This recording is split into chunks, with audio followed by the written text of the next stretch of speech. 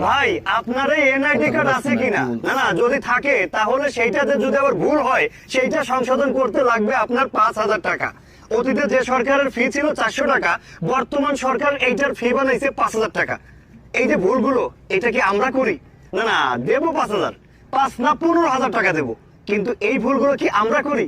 ওই যে একজনের নাম আছে বাবলু, এনআইডি কার্ডের নাম আসছে বালবলু।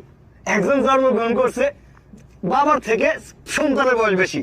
তো এই যে ভুলগুলো, এগুলো কি আমরা করি নাকি সরকারের চাকরেরা করে?